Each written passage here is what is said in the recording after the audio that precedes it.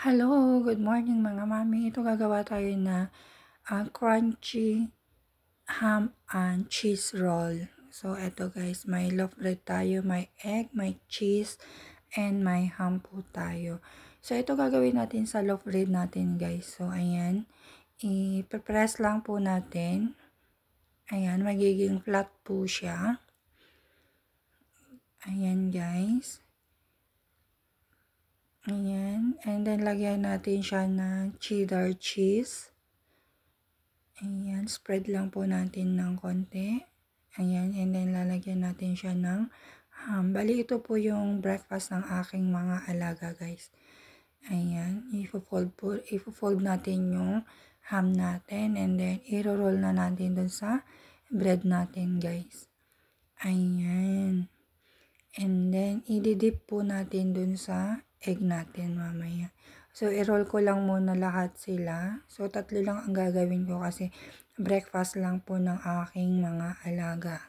So, 2 lang po yung alaga ko dito, guys. So, ayan. Gawa pa tayo ng, ayan.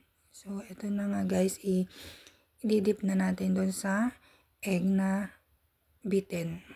So, ayan. And then, iluluto natin sa air fryer guys para maging crunchy.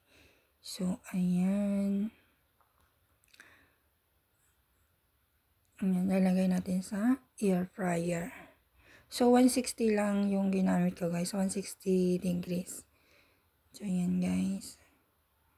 Dip natin and then ilagay natin. Madali lang gawin guys. Yung batang hindi kumakain ng cheese, napakain ko ng dahil dito. Sabi niya masarap. Ayan. Kasi yung isa, mapili sa pagkain. Pero pag gusto niya yung pagkagawa siguro or what, yun kakain siya. So, ayan guys, ilalagay na natin sa air fryer. So, ayan. Ito na guys, ang kinalabasan ng ating crunchy ham and cheese roll. So, thank you for watching. Simpleng breakfast.